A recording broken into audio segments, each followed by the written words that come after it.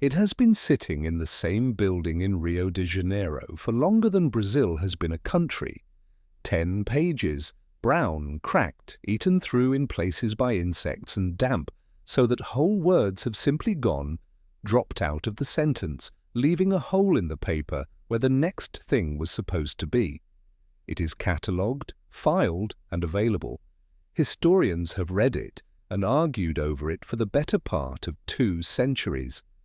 It is not a legend. It is not a story someone told around a fire and someone else wrote down later. It is a report written by a man who says he was there, addressed to a superior, describing where he had been and what he had found. What he says he found was a city, not a village, not a cluster of huts.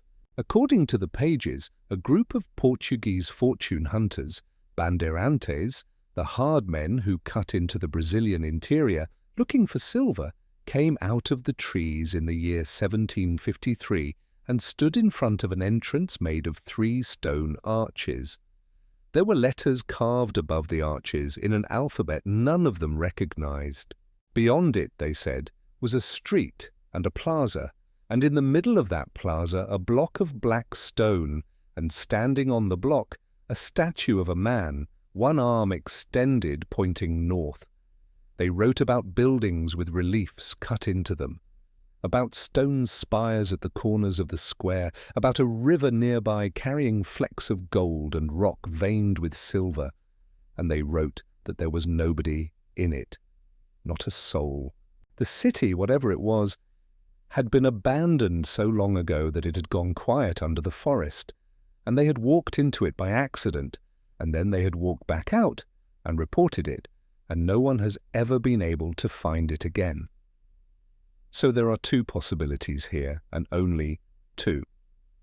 Either those 10 pages are a forgery, a piece of colonial fiction, an elaborate lie written to raise money or to flatter a patron, or simply because the man who wrote it enjoyed writing it, and the city never existed anywhere but on the paper.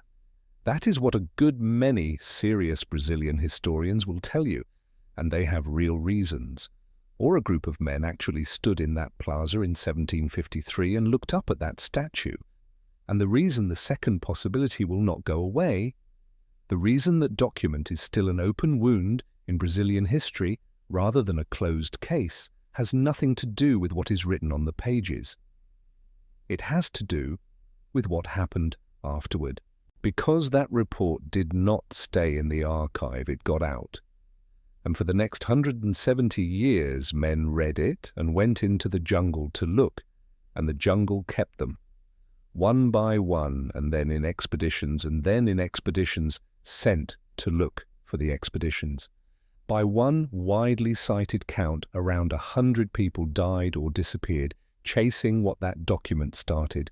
The most famous of them was a decorated British officer, one of the finest jungle explorers alive, who walked into the Mato Grosso in 1925 with his own son and was never seen again. And a century later, we still do not know what happened to him. Today we are going to do this properly. We are going to read what the 1753 report actually says, line by line, including the parts that are missing. We are going to follow the document out of the archive and into the hands of the men it killed. We are going to look honestly at the case that the whole thing is a fake. And then we are going to look at what archaeologists found in the exact region where the most famous of those explorers vanished. Because in 2003, the ground there started talking. And what it said was not what anyone expected. Start with the men, because the document does. They were not scientists and they were not pilgrims. They were Bandeirantes. The private expeditions that pushed out of São Paulo and the coastal towns into the unmapped interior of Brazil for 2 centuries, looking for gold, for gemstones, for silver, and for people to enslave. They were, by any modern standard, brutal, and they were extraordinarily good at surviving country that killed everyone else. And the thing this particular party was after had a name, and the name had a legend attached to it, the Mines of Muribeca. The story of Muribeca was the great obsession of colonial Brazil. It held that a man named Roberto Dias, a descendant of the first settlers, knew the location of silver mines so rich that he offered them to the Portuguese crown in exchange for a title, was cheated, refused to reveal them, and died in prison with the secret. Somewhere in the interior, the legend said, there was silver enough to change the fortune of an empire, and a dead man was the only one who had ever seen it. That is what the party in the document was looking for, not a lost city. Nobody was looking for a lost city, they were looking for the mines, and according to the report they looked for 10 years. That detail matters more than it sounds, and it is the first thing that makes the pages hard to dismiss. This is not the account of a man who took a wrong turn one afternoon. It is the account of a decade in the bush, a slow, grinding, unglamorous decade. And the document is written in the flat, procedural, faintly exhausted voice of someone reporting a long job. They describe following a range of mountains. They describe seeing at a distance high ground that seemed to catch the light and shine. Crystal, they thought, in the rock face, and turning toward it. They describe the labor of getting up onto it and failing and going around and finding a way. They describe a landscape, in short, the way a man describes a landscape he has been beaten by for years. And then, they say, they came over the ridge, and below them, on open ground, was the place. Before I tell you what they wrote down next, and it is the strangest inventory in colonial Brazil, it genuinely helps the channel if you subscribe. It's a small thing, and it's what allows me to keep pulling records like this one apart and following them wherever they go. Now, the ridge and what they said was under it. Read the description cold, and the striking thing is how little it reads like a fantasy. There are no monsters in it. There is nothing supernatural in it. It is an inventory. They describe the entrance first, 3 arches, the middle one the largest, cut in stone, and over the central arch, characters carved into the rock. Writing they could not read and did not recognize. Past the arches, a street running straight, lined with what they took to be houses. 2 stories, doorways, the whole thing built to a plan. They describe the roofs as gone and the buildings as open to the sky, and the silence. They describe the plaza. In the center of it, a column of black stone, and on top of the column, the figure of a man in ordinary dress, one arm out, a finger pointing to the north. At the corners of the square, they say, stood spires, tall, tapering stone shafts of the kind Europeans knew from Rome. Damaged, one of them split, as though something had struck it. They describe a large building on one side of the square with a great facade, and cut into it, figures in relief. And they list what they saw, crosses of various shapes and forms they could not interpret, worked into the stone in a pattern. They describe a portico with a relief of a figure above it, half-length, bare to the waist, with a crown of laurel on the head.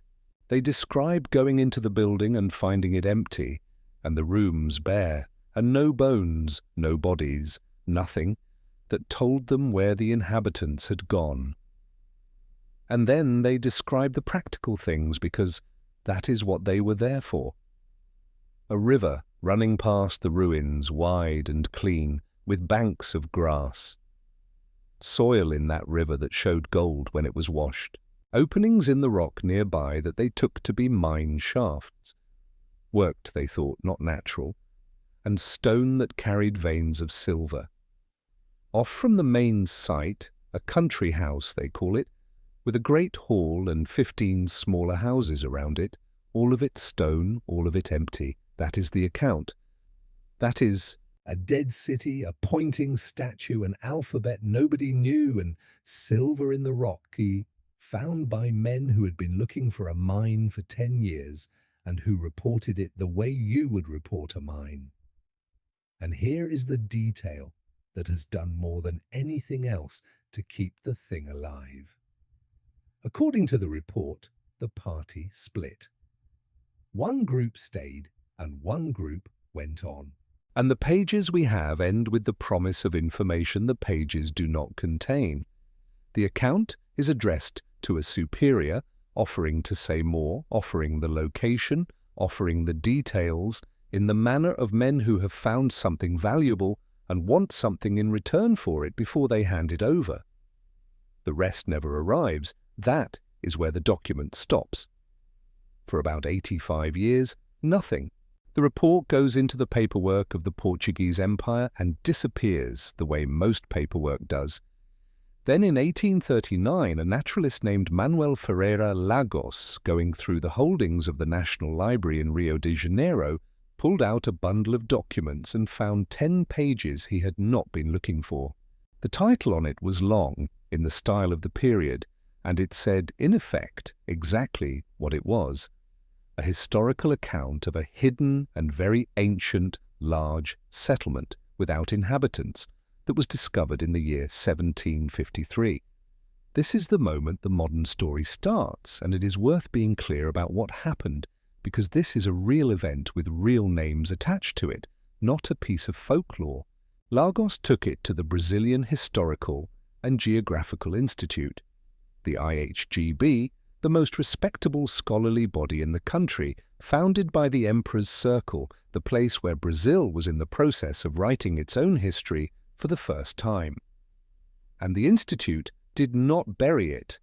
A canon named Januário da Cunha Barbosa published the whole thing in the Institute's journal and put the weight of the establishment behind the question of whether it was true.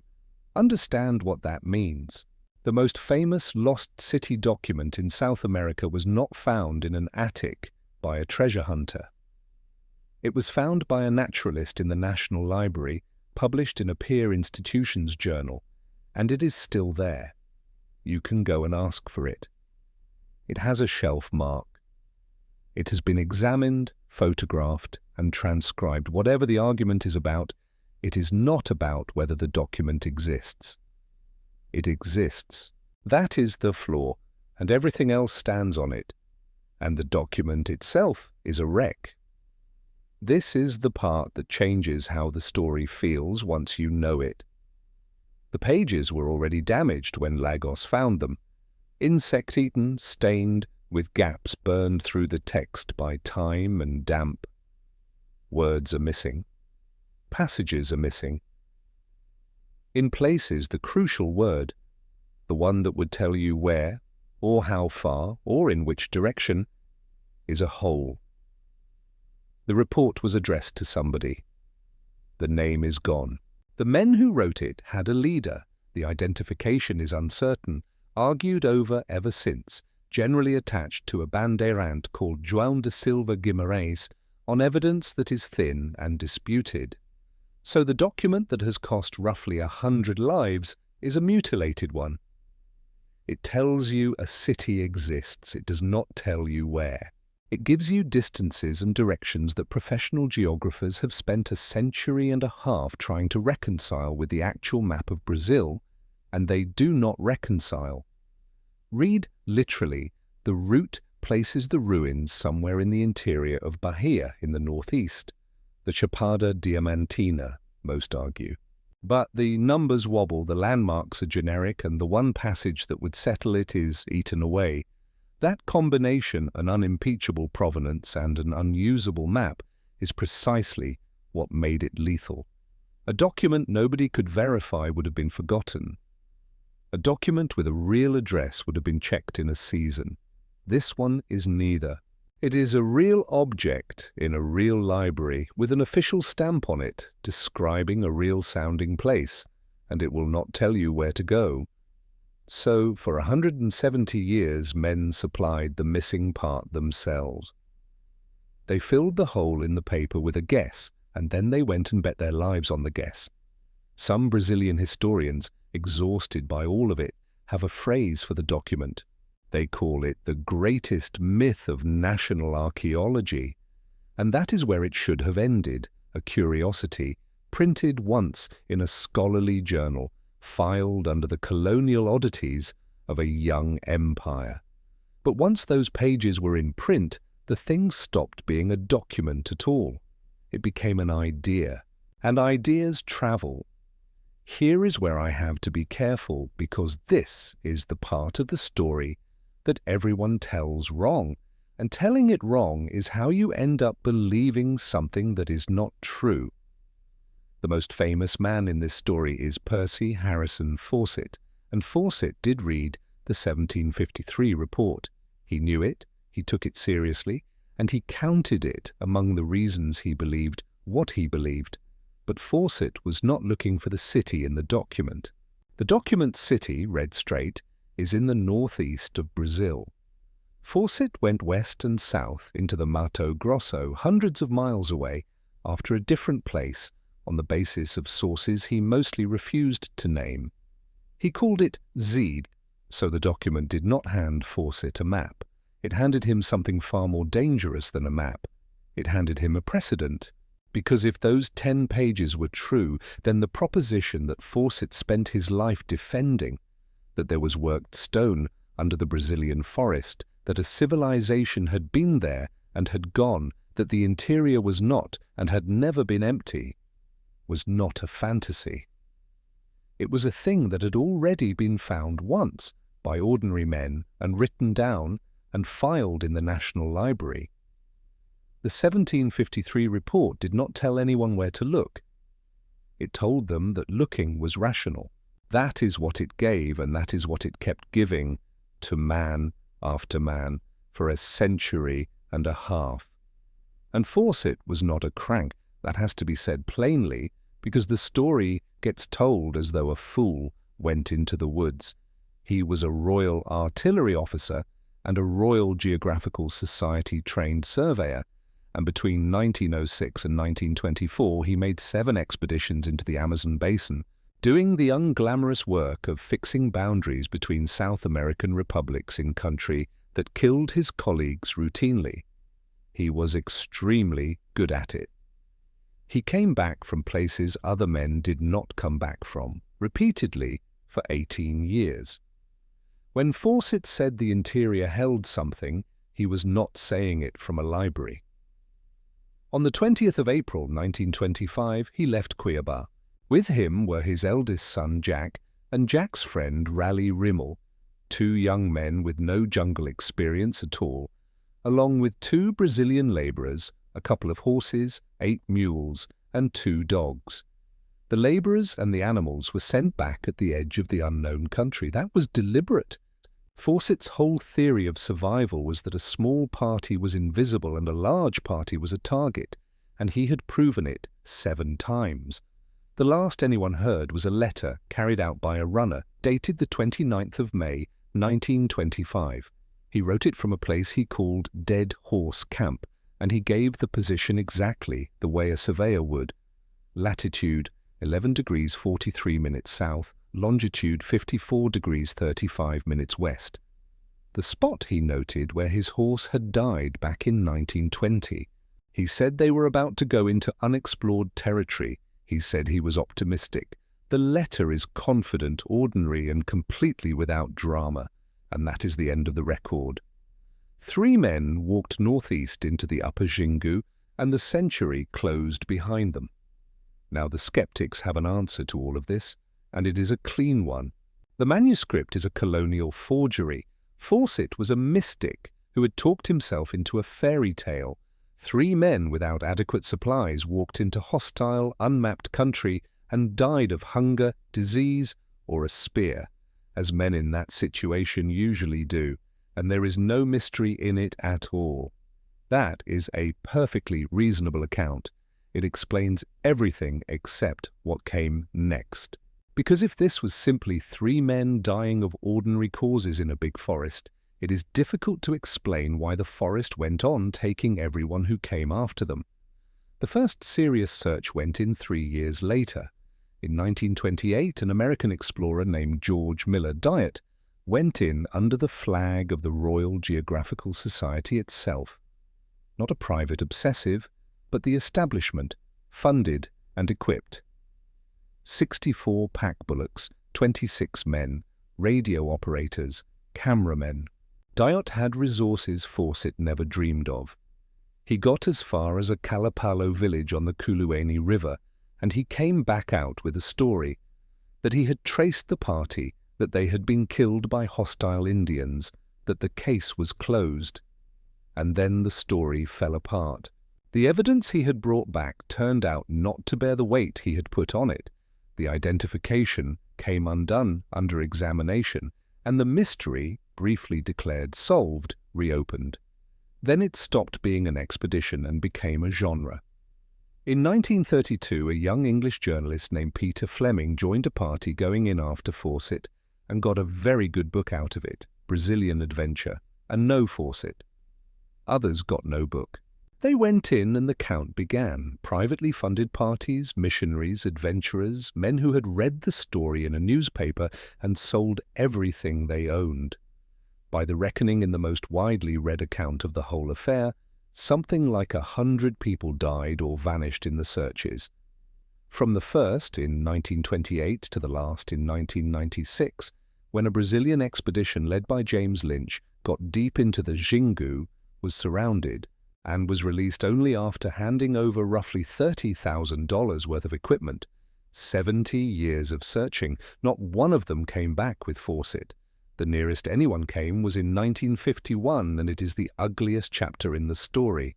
Orlando Villas Boas, a genuinely important figure, a lifelong defender of indigenous rights in Brazil, announced that the Kalapalo had confessed. They had killed Fawcett's party, and here were the bones. A skull and a partial skeleton were handed over, and for a moment the world had its answer. The bones went to London. They were examined by Fawcett's surviving son Brian and by the Royal Anthropological Institute. The verdict was flat.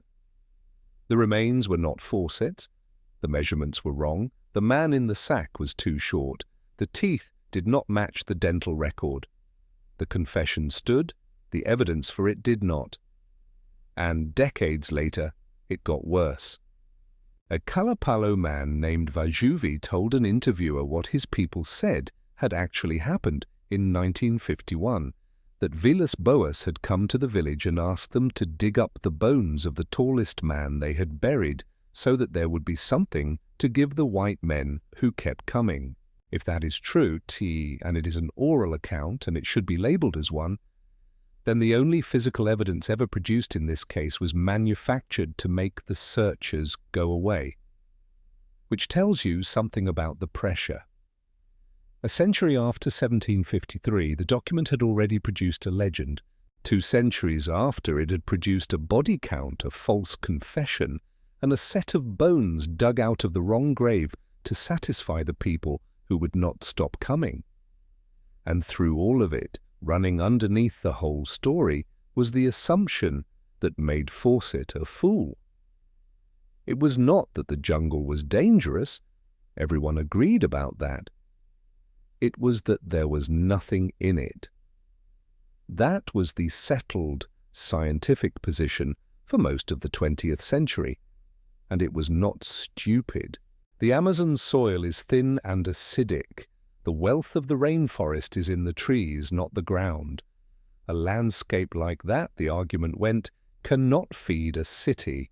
It supports small mobile bands and nothing more. The forest itself sets the ceiling. And that ceiling is what made Fawcett ridiculous, not the danger, the premise. He was not a brave man who died in a hard place. He was a man who died looking for something that the science of his own century said could not have existed anywhere in that forest, at any time. There was no lost civilization in the Amazon to find. There never had been.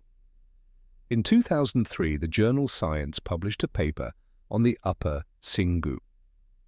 The lead author was an American archaeologist named Michael Heckenberger, and the work behind it had been done over years, on the ground, with the Kuhikugu people, whose own oral history had been insisting the entire time that their ancestors had built far more than the forest now showed. The team mapped what was under the regrowth around a place called Kuhikugu, and what they found was not a scatter of camps. They found towns, large, planned settlements, 19 of them in the cluster, laid out around open central plazas, ringed by defensive ditches and wooden palisades, connected to each other by roads. Not paths, roads, dead straight, some of them tens of meters wide, aligned to the compass across kilometers of country, with raised earthen berms along their edges. Around the settlements, managed orchards, worked forest, fields, ponds. The whole thing dating to roughly 1200 to 1600 AD, holding a population orders of magnitude larger than lives there now, a regional system engineered into the living forest that Heckenberger described as a kind of low-density urbanism, garden cities. Now hold that next to the letter from Dead Horse Camp. Latitude 11 degrees, 43 minutes south. Longitude 54 degrees, 35 minutes west, heading northeast into the upper Xingu. Fawcett was walking into it. The man who was mocked for a lifetime for insisting that the Brazilian interior had held large, planned, organized settlements, that the emptiness was not original, that something had been there and had gone, died on the approach to a landscape that turned out to have held exactly that, not later and not somewhere else. There, the ruins of a dense, roaded, planned civilization were under the trees in the region he vanished in, and they stayed invisible for another 78 years, and the science that called him a crank was, on the specific point he cared about most, wrong.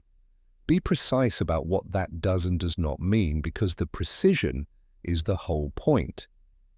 It does not find the city in the 1753 report. Nothing has ever found that. It does not vindicate the arches or the black pedestal or the statue pointing north, and it does not make the alphabet real. Kuhikugu is not a city of cut stone. It is earth and timber and engineering, which is why 5 centuries of forest could swallow it whole, and why every explorer who walked over it saw nothing. If Fawcett had reached Z, he would not have found what he was looking for. He would have been standing in the middle of it and seen trees, and it does not tell us what happened to him. That is still open. 3 men went northeast from a camp with a known latitude and longitude in May of 1925, and 100 people went in after them, and the forest has not given back one of them. What it does is smaller and much harder to argue with. It moves the burden. For most of a century, the case against all of this rested on a premise that there was nothing under the Amazon to look for, so anyone looking was a fool by definition. That premise is gone. It did not survive contact with the ground. The Amazon held planned settlements, roads, plazas, and populations in the exact region where the most famous searcher disappeared, and we only know because somebody finally mapped what the Kuhikugu had been saying all along, which leaves the thing that has been sitting in Rio the whole time. 10 pages, insect-eaten, catalogued, publicly available since 1839, describing a stone city with an alphabet nobody has ever identified, and with the location eaten out of the paper. The case against it is that it is a forgery, and the case is strong, and it may well be right. But notice what the last 20 years did to the argument underneath the case. The reason the document was dismissed was never really the handwriting. It was that everyone knew there were no cities under the Amazon. That reason no longer exists. So the question the document asks is still exactly the one it asked in 1753, and we are no closer to an answer than the men who died of it. If a report can be filed in a national library for 200 years and read by everyone and be right about the one thing the entire scientific establishment insisted was impossible, how would we ever know? What is the test? The forest hid 19 towns and dead straight roads from every professional who walked across them for 500 years, until a laser and a decade of digging pulled them back out. It is still hiding whatever it did with Percy Fawcett, and it is still hiding whatever those men walked into in 1753, if they walked into anything at all. Tell me what you think in the comments.